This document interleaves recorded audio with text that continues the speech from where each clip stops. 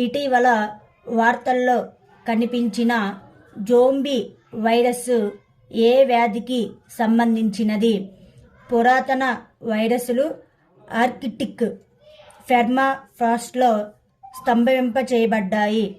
ఇటీవల వార్తల్లో చూసిన పంచాయతీరాజ్ సంస్థల ఆర్థిక నివేదిక ఏ సంస్థ ద్వారా విడుదల చేయబడింది? Reserve bank of India. National forensic science university యొక్క 44వ ఆల్ ఇండియా క్రిమినాలజీ కాన్ఫరెన్స్ ఎక్కడ జరిగింది? గాంధీ నగర్. ఇటీవల భారతదేశం ఏ దేశాన్ని అధిగమించి ప్రపంచవ్యాప్తంగా 4వ అతిపెద్ద ఈక్విటీ మార్కెట్గా అవతరించింది? హాంకాంగ్.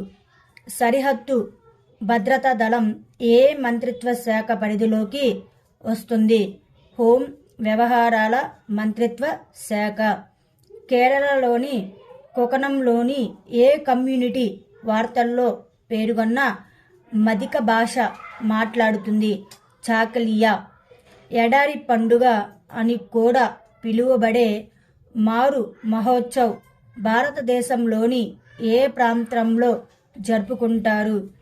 జైసల్మేర్. వార్తల్లో కనిపించే గోలే మేళా పండుగ ఏ రాష్ట్రం నిర్వహిస్తుంది? జమ్మూ అండ్ కాశ్మీర్. వార్తల్లో కనిపించే పర్వతమాల కార్యక్రమం ఏ మంత్రిత్వ శాఖ పరిధిలోకి వస్తుంది? రోడ్డు రవాణా మరియు రహదారుల మంత్రిత్వ శాఖ.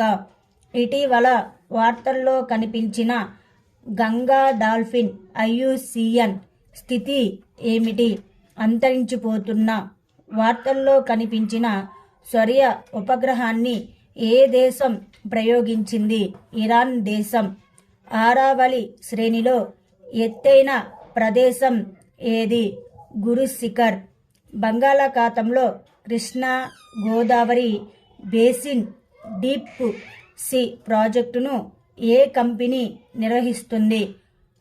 Oil and natural gas corporation limited.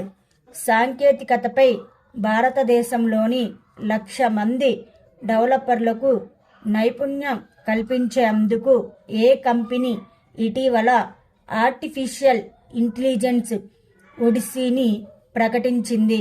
Microsoft.